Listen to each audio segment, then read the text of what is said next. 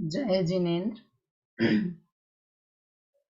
निज स्वरूप को परामरस, जामे भर्यो अपार। वंदो परमानंदमय, समय सार अविकार। कुंद कुंद मुनि चंद्रवर, अमृत चंद्र मुनि। आत्मरसी बनारसी, वंदो पद अरविंद। पंडित बनारसी दास जी कृत नाटक समय सार ग्रंथ के सर्व विशुद्धि द्वार अधिकार पर हमारी चर्चा चल रही है। अंतिम के कुछ छंद शेष रह गए हैं जिन पर हमारी चर्चा चल रही है।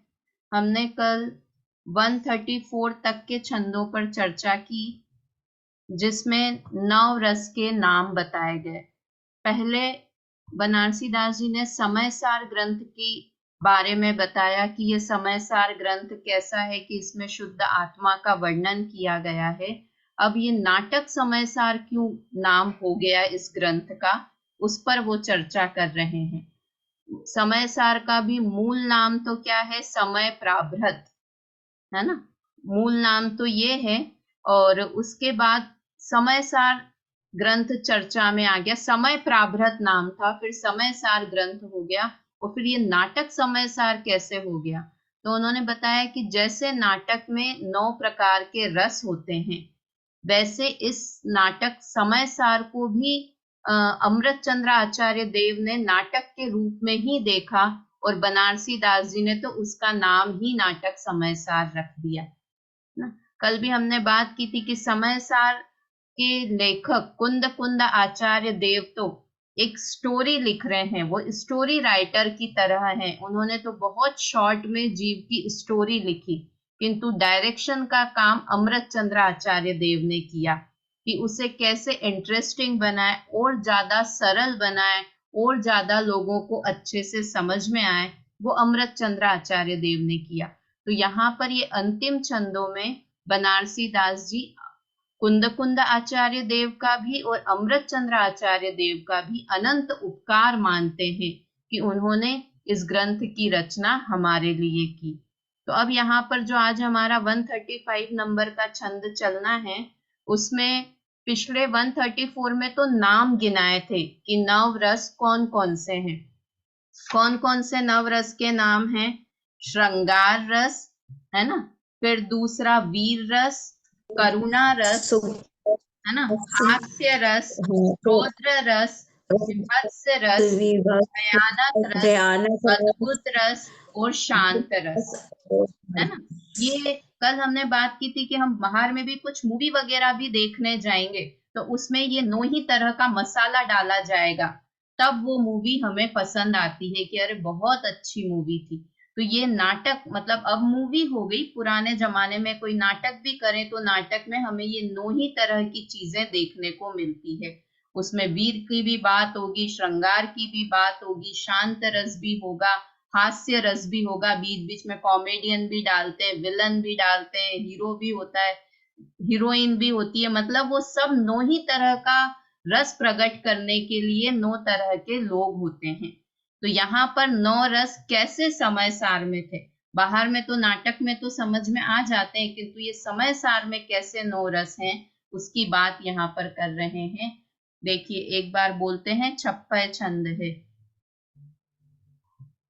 गुण विचार सिंगार वीर उद्यम उदार रुख, करुणा समरस रीतिहास हृदय उछाह सो।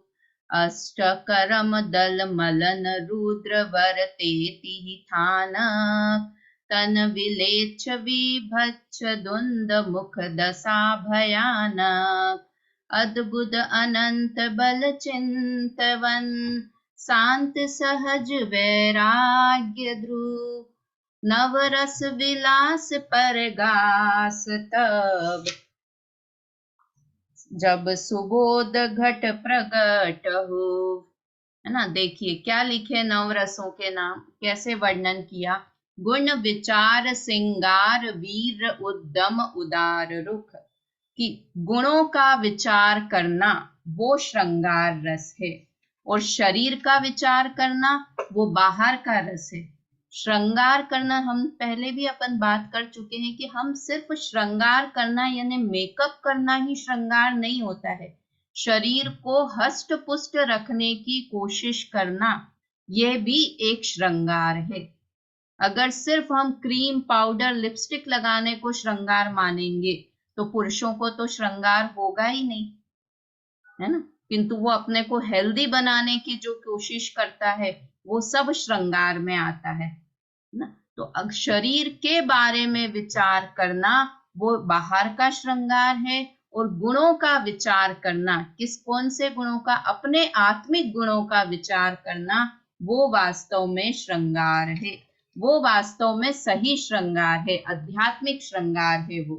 वीर उद्दम उदार रुख, और वीर रस मतलब वीर के मतलब होता है ताकत से, तो किसका, कि उदार मन से पुरुषार्थ करना, उद्यम करना वो वीर रस है।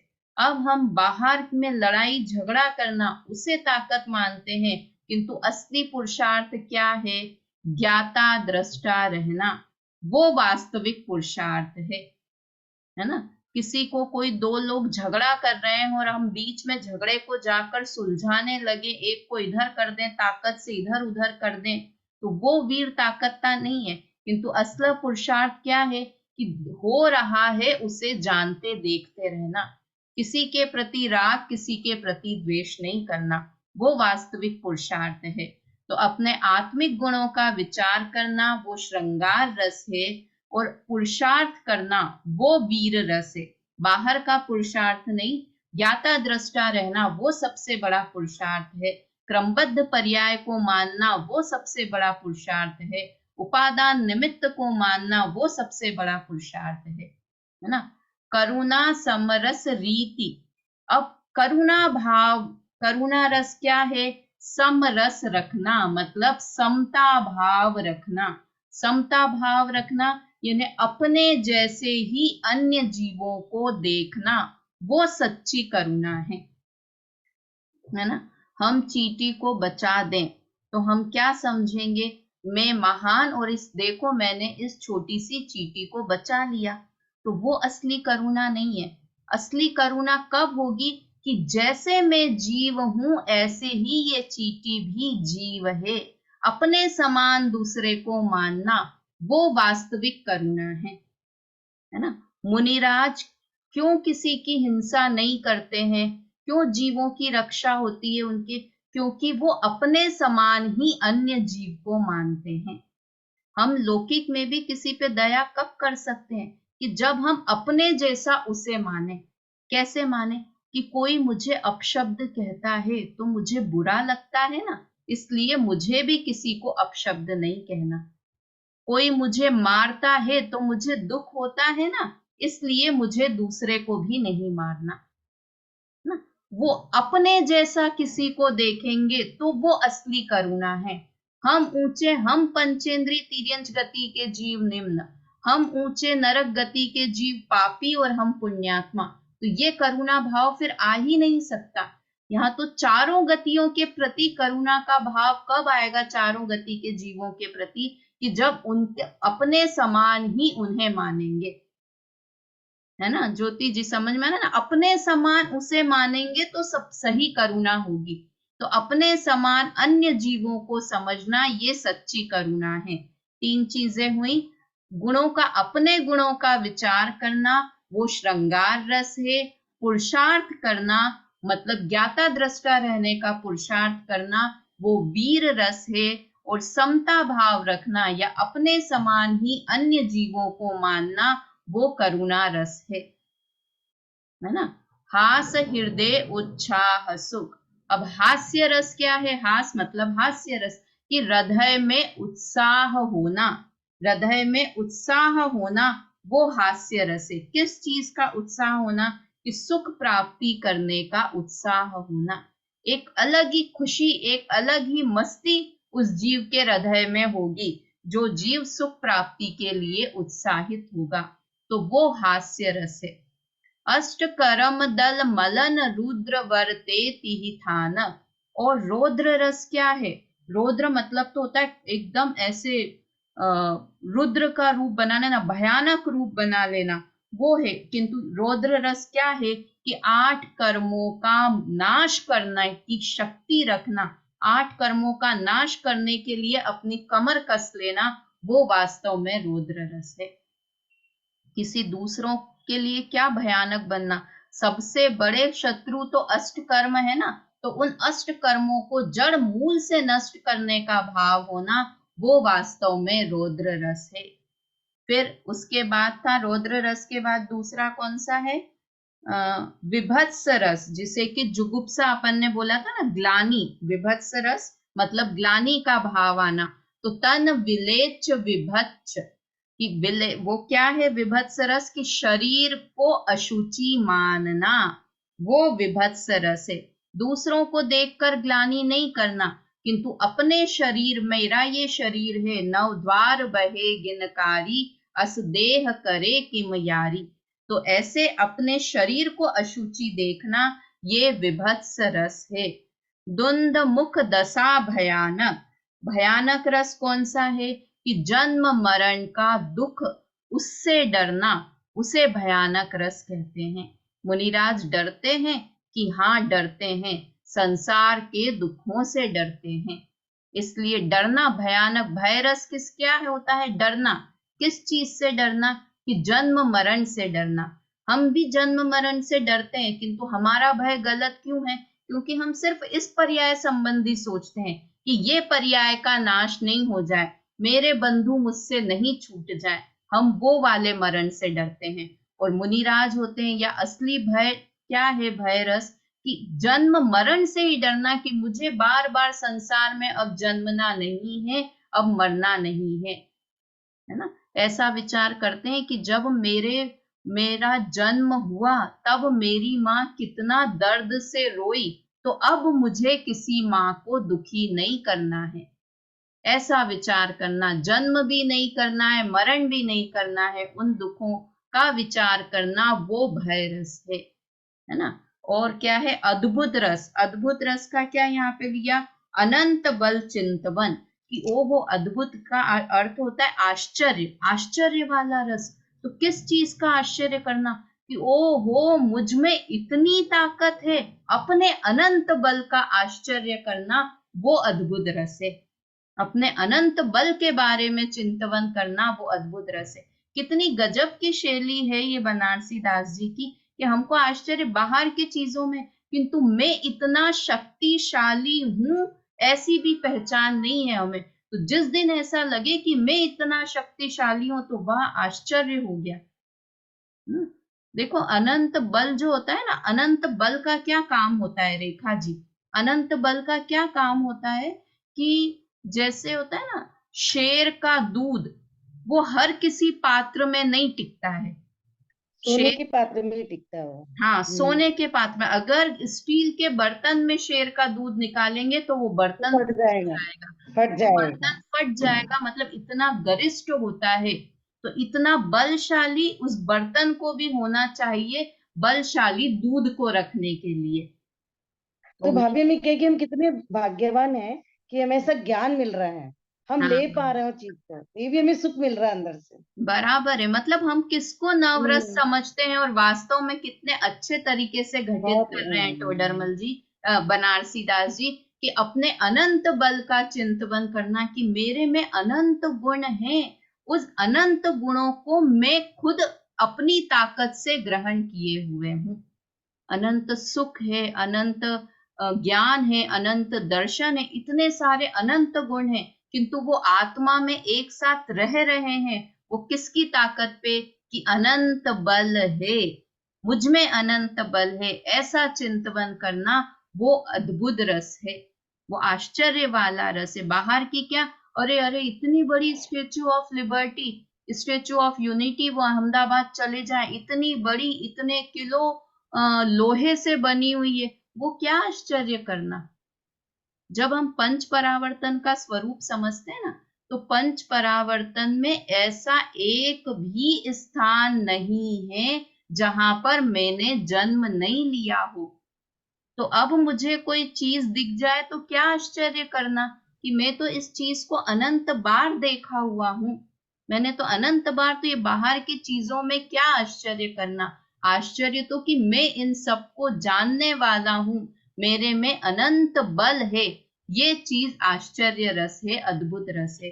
शांत सहज वैराग्य ध्रुव। और वैराग्य रस, शांत रस कौन सा है कि सहज वैराग्य का होना, वो शांत रस है ना। मतलब वास्तव में स्वरूप में स्थिर हो जाना, वो सही वैराग्य है और वही शांत रस है।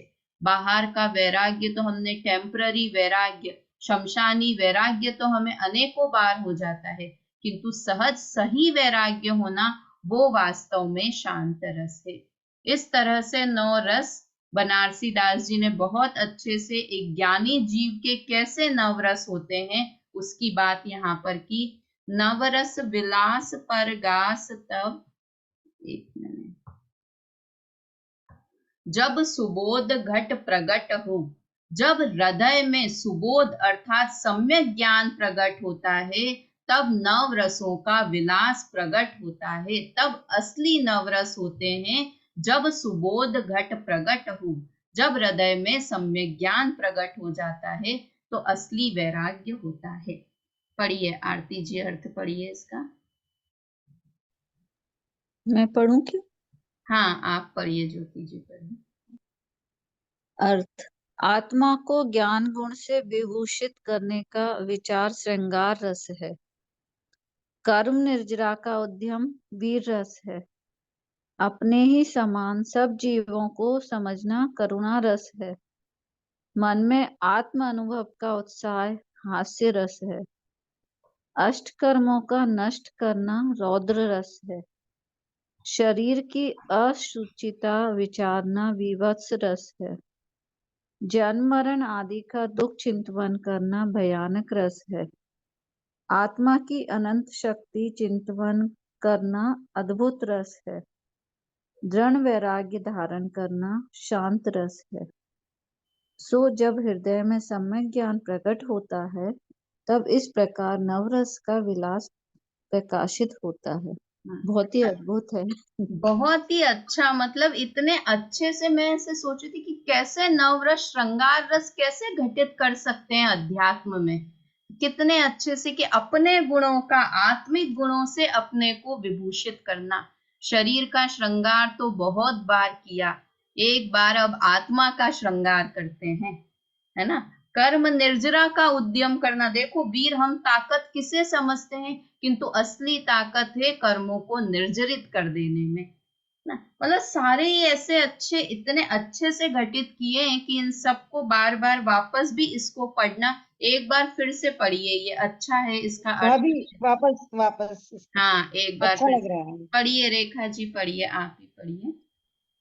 आत्मा को ज्ञान गुण से विभूषित करने का विचार श्रृंगार रस है। कर्म निजरा का उद्यम वीर रस है। भाभी लाइन बहुत अच्छी लग रही है। मतलब वीर में सोची होता क्या है इसमें। अपने ही समान सब जीवों को समझना करुणा रस है। मन में आत्म अनुभव का उत्साह हास्य रस है। अष्ट कर्मों का नष्ट करना रौद्र रस है। शरीर की असुचिता विचारना विभत्स रस है। जन्म मरण आदि का दुख चिंतन करना भयानक रस है। आत्मा को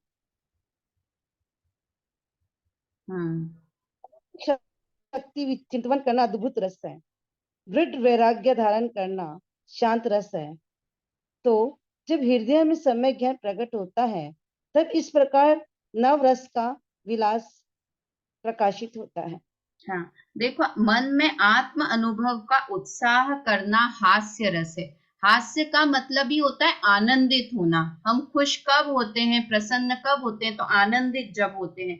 तो आत्म अनुभव के लिए उत्साहित होना, वो वास्तव में हास्य रस है। वो मस्ती है, असली मस्ती वो है। देखिए अब इसमें नहीं नवरस बहुत अच्छा है, मतलब वाकई बहुत अच्छा छंद है। याद कर पाए तो बेस्ट है, किंतु मैं बहुत जोर नहीं डालती हूँ याद करने के लिए, किंतु बार बार नहीं, पढ़ें और ये पर ये विचार। जरूरी है भाभी, ये हाँ, जरूरी है याद करना बहुत। अच्छा अच्छा है ये, यही वही अपने पे जो अपन हम्म, सोचते हैं ना बोर्ड पे लिख लेना चाहिए, तो ये बोर्ड पे हाँ लिख लेंगे अपने घर पर, तो बार बार पढ़ते रहेंगे, है ना। सही है। हाँ, चलिए एक बार चौपाई, अगला छंद है इसी से ही रिलेटेड है। जब सुबोध घट में परगासे, तब रस विरस विषमता नासे, नव रस लखे एक रस माही, तात विरस भाव मिटि जाई। क्या लिखा? जब सुबोध घट में परगासे, जब हृदय में सम्यक ज्ञान प्रकाशित होता है, तब रस विरस विषमता नाशे, तब रस और विरस का, क्या रस है और क्या नीरस का है, इसकी विषमता मतलब इसका डबल पना कि ये क्या है, ऐसा द्वंद नष्ट हो जाता है कि क्या चीज रस वाली है और क्या नीरस है। नव रस लखे एक रस माही, और नो ही रस एक आत्मा में ही लगने लगते हैं, एक अंतर में ही नवरस दिखाई देने लगते हैं। ताते विरस भाव मिट जाई, इसलिए जो नीरसता का भाव है वो नीरसता का भाव मिट जाता है। मुनिराज दुखी रहते हैं या सुखी रहते हैं?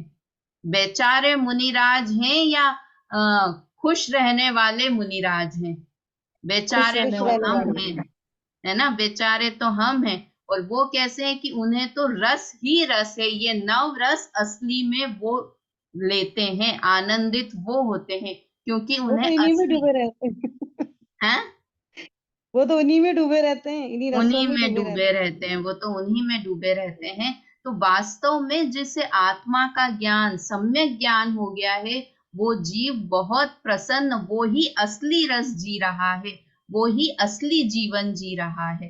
बाकी तो हम ऐसे ही हैं, कभी दुखी हो गए, कभी सुखी हो गए।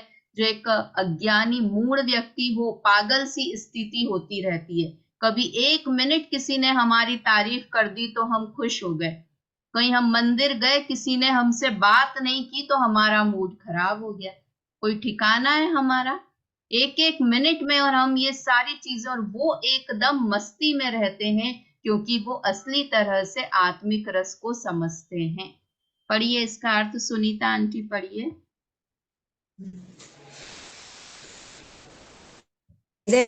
ज्ञान प्रकट होता है तब रस का भेद मिट जाता है, एक ही रस में नवरस दिखाई देते हैं, इसे विरस भाव नष्ट होकर एक साथ रसी में आत्मा विश्राम। हाँ, देखो ये नवरस में एक रस, तो इसको ऐसे भी कर सकते हैं कि एक शांत रस में ही, क्योंकि आगे के अपन ने पिछले छंद में देखा था ना कि एक शांत रस है वो नौ ही रसों का राजा है। तो एक शांतमय हो जाना, वैराग्यमय हो जाना, ऐसे वो शांत रस को प्राप्त होते हैं। फिर से पढ़ते हैं, नाटक समय सार ग्रंथ का इससे क्या रिलेशन है वो पढ़ते हैं। सब रस गर्भित मूल रस, नाटक नाम गरन, जाके सुनत प्रवान जी, सुमझे पंथ कुपंथ। पढ़िए इसका अर्थ, पढ़िए पढ़िए आरती जी, इसका अर्थ पढ़िए। ये नाटक समय सार ग्रंथ सब रसों से गर्भित आत्मा अनुभव रूप मूल रसमय है। इससे सुनते ही जीव सन्मार्ग और उन्मार्ग को समझ जाता है। हाँ, लिखा ना, समझे पंथ कुपंथ, कि सही मार्ग क्या है और गलत मार्ग क्या है, उसको जीव समझ जाता है। और इस नाटक समय सार ग्रंथ में सब रस गर्भित हैं, क्योंकि इसमें आत्मा की ही बात बताई है, और एक आत्मा में ही समझो नौ ही रस गर्भित हो जाते हैं। और इसे जो जीव सुनते हैं वो सही मार्ग और गलत मार्ग का निर्णय कर पाते हैं। अंतिम के दो छंद हैं, 138 नंबर का छंद पढ़ते हैं। इसमें दो छंदों में कुंद कुंद आचार्य देव और अमृत चंद्र आचार्य देव के उपकार की बात कही है। वरते ग्रंथ जगत हित काजा, प्रगटे अमृत चंद्र मुनि राजा, तब तिनि ग्रंथ जानी अतिनी का, रची बनाई संस्कृत टीका। वरते ग्रंथ जगत हित काजा, ये समय सार ग्रंथ अवेलेबल था सब जीवों के लिए। प्रगटे अमृत चंद्र मुनिराजा, अमृत चंद्र मुनिराज को जब वो ग्रंथ हाथ में लगा तो उन्होंने क्या विचार किया, तब तिनी ग्रंथ जानी अति नीका, तब उन्हें जब ये ग्रंथ मिला तो उन्होंने देखा कि ये ग्रंथ तो बहुत ही अद्भुत है। नीका मतलब सर्वश्रेष्ठ है, उत्कृष्ट है, बहुत प्यारा ये ग्रंथ है। तो कैसा है, रची बनाई संस्कृत टीका, तो उन्हें लगा कि इसे और सरल करना चाहिए और अच्छे से जीवों को समझ में आए, तब उन्होंने इसकी संस्कृत टीका बनाई। इस ग्रंथ के इतिहास की बात करें तो समयसार ग्रंथ लगभग 2000 वर्ष से भी पूर्व कुंद आचार्य देव ने प्राकृत भाषा में लिखा था। बहुत छोटी छोटी गाथाएं लिखी, 415 गाथाएं, किंतु फिर अमृत चंद्र आचार्य देव ने उनकी टीका लिखी। टीका कैसी होती है, गद्य में होती है, जिसे कि हम निबंधात्मक शैली कहते हैं।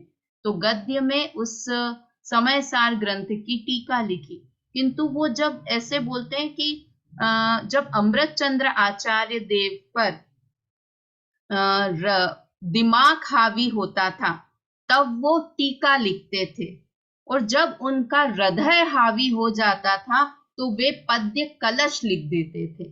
कलश मतलब मस्ती में, तो मस्ती का रिलेशन किससे है, हृदय से। तो जब उन्होंने कोई गाथा पढ़ी और जब उनपे दिमाग की अरे ये बहुत ही अच्छी गाथा है, तो वो उनकी कलम चलने लगती थी और वो टीका लिख देते थे। किंतु जब उनका मन मयूर नाच उठता था, मस्ती में होते थे, तो वो उस गाथा के ऊपर एक कलश भी लिखते थे जो कि पद्य में है। तो उन्होंने अमृत चंद्र आचार्य देव ने गद्य और पद्य दोनों चीजें लिखी, अमृत चंद्र आचार्य देव ने।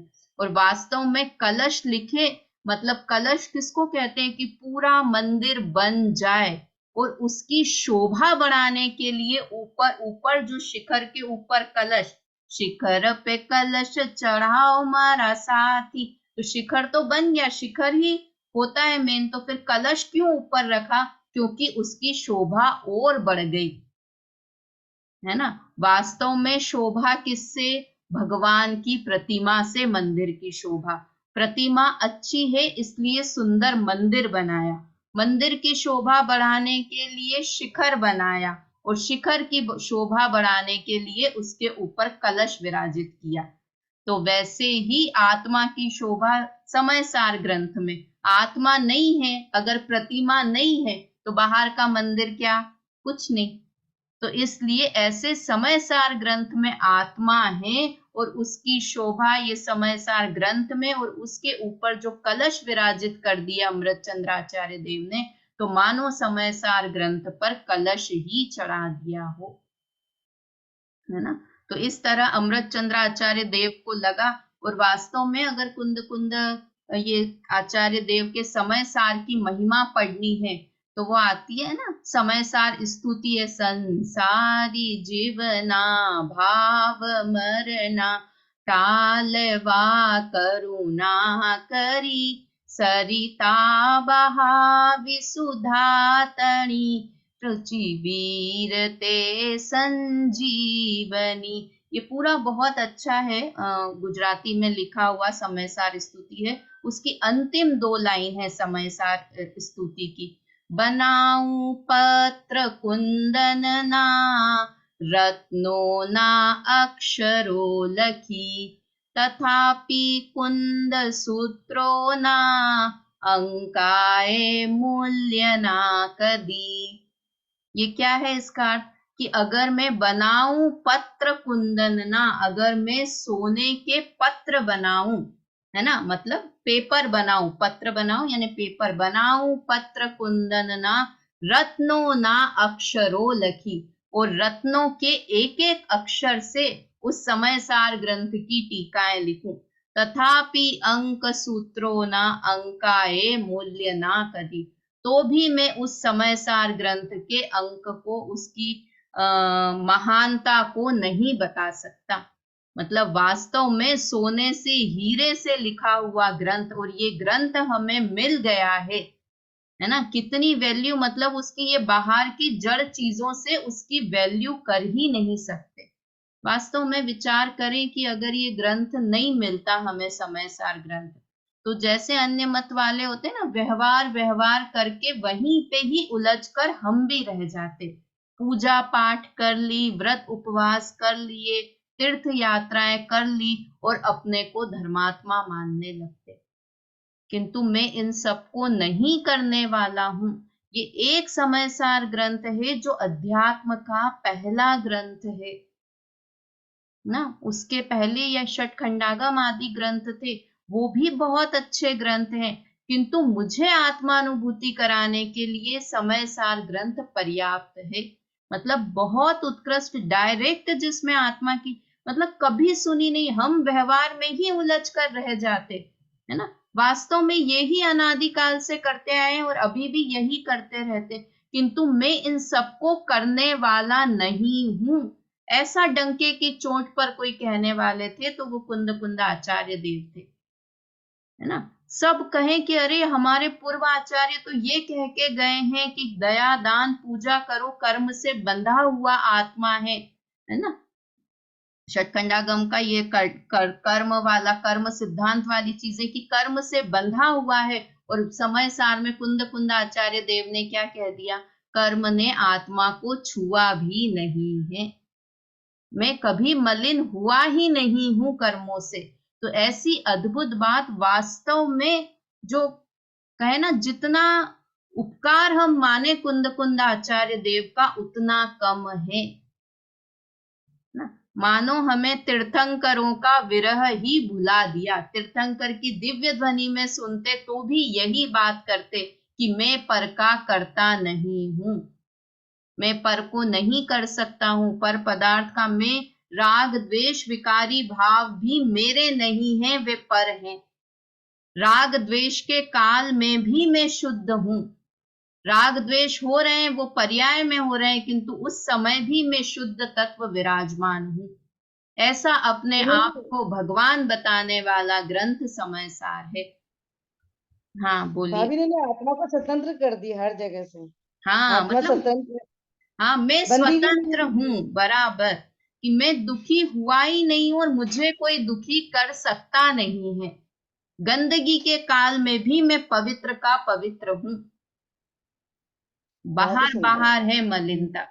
तो ये ऐसे अद्भुत ग्रंथ की रचना, जब उसकी ये नाटक समय सार ग्रंथ लिखा, तो कुंद आचार्य देव का बहुमान आए बिना उन्हें नहीं रहा। पढ़ते हैं अंतिम छंद, सर्व विशुद्ध द्वार का अंतिम छंद है, वो पढ़ते हैं। सर्व विशुद्धि द्वार लो आए करत बखान, तब आचार्य भक्ति सो करे ग्रंथ गुणगान। पढ़िए, इसका अर्थ पढ़िए, आरती जी पढ़िए। स्वामी अमृतचंद्र ने सर्व विशुद्धि द्वार पर्यंत इस ग्रंथ का संस्कृत भाषा में व्याख्यान किया है और भक्ति पूर्वक गुणानुवाद गाया है। हाँ, मतलब ये पूरा, ये यहाँ पर एक तरह से बनारसी दास जी ये कह रहे हैं कि मेरा इस ग्रंथ में कुछ भी नहीं है। ये बड़े लोगों की खासियत होती है कि ये यहाँ तक कुंद आचार्य देव ने जो कहा है वो कुंद आचार्य देव ने कहा है, वो अमृतचंद्र आचार्य देव ने कहा है, और मैंने तो सिर्फ उसका ये गुणानुवाद किया है जो उन्होंने लिखा है, और उन्होंने उस तरह से उन दोनों का उपकार यहाँ पर माना है। अब कल से हम 10वें अधिकार का सार कल ये पढ़ेंगे। इसके बाद यहाँ पे अपन ने बात की कि समय सार ग्रंथ यहाँ पर आकर सर्व विशुद्ध द्वार अधिकार पर आकर खत्म हो गया, किंतु यहाँ बनारसी दास जी 3 द्वार और लिखने वाले हैं। एक शाद्वाद द्वार, एक साध्य साधक द्वार और एक चतुर्दश द्वार, चतुर्दश गुणस्थान अधिकार, ऐसे 3 द्वार यहाँ पर और आने हैं। शाद्वाद द्वार में जो चर्चा होगी वो चर्चा है कि अन्य मत कैसा मानते हैं और जैन मत कैसा शाद्वादी धर्म है, उसकी चर्चा है। साध्य साधक द्वार में भी ज्ञान की महिमा है और एक साधक जीव कैसा होता है, उसकी बात साध्य साधक द्वार में करेंगे। और गुणस्थान अधिकार, ये तो अमृतचंद्र आचार्य देव ने भी नहीं, साध्य साधक द्वार पर आकर अमृत चंद्र आचार्य देव का समयसार कलश समाप्त हो जाता है। उसके बाद एक द्वार और जो चतुर्दश गुणस्थान द्वार है वो इन्होंने अपनी तरफ से लिखा है बनारसी दास जी ने, क्योंकि कहा जाता है कि समय सार को पढ़कर वो निश्चयाभासी हो गए थे कि आत्मा शुद्ध ही है, तो मुझे क्यों शुद्धता के लिए प्रयत्न करना, है ना। इस तरह से वो थोड़े गलत रास्ते पर चले गए थे बनारसी दास जी समय सार को पढ़कर। फिर उन्होंने षटखंडागम आदि ग्रंथ पढ़े तो उन्हें लगा कि अरे ये तो मैं गलत हूं, मैं एक ही पक्ष को देख रहा हूं। तब उन्हें ये विचार आया जब नाटक समयसार ग्रंथ लिख रहे थे कि कहीं इस ग्रंथ को पढ़कर जीव निश्चयाभासी नहीं हो जाए, तो उन्होंने चतुर्दश गुणस्थान द्वार लिखा कि जिसमें हर गुणस्थान में जीव की कैसी दशा होती है उसका वर्णन उन्होंने किया। तो कौन कौन से 3 द्वार बाकी हैं सुनीता आंटी अभी हमारे? एक तो स्यादवाद है, एक वो स्यादवाद है, और एक गुणस्थान वाला है। हाँ, एक साध्य साधक, साध्य साधक द्वार है ना। तो ये शाद्वाद द्वार की चर्चा कल ये एक 10वें अधिकार का सार हम यहाँ से रीड करेंगे और उसके बाद शाद्वाद द्वार की चर्चा प्रारंभ करेंगे। और इसमें जो भी सर्व विशुद्ध द्वार अधिकार में जो भी आप लोगों को अच्छा लगा हो वो एक एक दो दो सेंटेंस में आपको यहाँ पर कल बोलना है, ठीक है। मतलब अपन कितना बड़ा था ये, कितने 139 छंद थे, तो कौन सा प्रकरण आपको इस द्वार में सबसे अच्छा लगा। अब वैसे तो ऐसा हो गया कि हम आगे बढ़ते गए तो अभी पुराना क्या पढ़ा सब सपाट हो गया। क्षयोपशम ज्ञान है, ठीक है, कोई बात नहीं, सपाट हो सकता है, दुखी होने की बात नहीं है, क्योंकि पढ़ेंगे तो ही। तो एक बार इस पे गो थ्रू करना इस सर्व विशुद्ध द्वार में। और इसमें बहुत सारे प्रकरण हमने पढ़े थे, कुब्जा और राधा वाला प्रकरण पढ़ा था, सुमति कुमति वाला, है ना। बहुत सारे प्रकरण अपने पढ़े थे अपन ने। एकांत में अन्यमति एकांत वाले कैसे हैं, कैसा शाद्वादी जैन धर्म है, सम्यक दृष्टि जीव की क्या क्या खासियत होती है वो पढ़ी थी। बहुत सारी चीजें हमने पढ़ी। तो इस प्रकरण में से 2 मिनट का, मतलब 2 मिनट भी नहीं, 2 सेंटेंस ही बोल दीजिएगा कि इस द्वार में हमें सबसे अच्छा क्या लगा। तो वो कल करके और ये 10वें अधिकार का सार हम पढ़ेंगे। अभी जिनवाणी स्तुति एक बार करते हैं। भाव मरण से त्रस्त प्रतीक्षण मेरे घट में अमृत घोलो, मैं विवेक बिन अंध शारदे नए अंजन से लोचन खोलो। नमोकार मंत्र।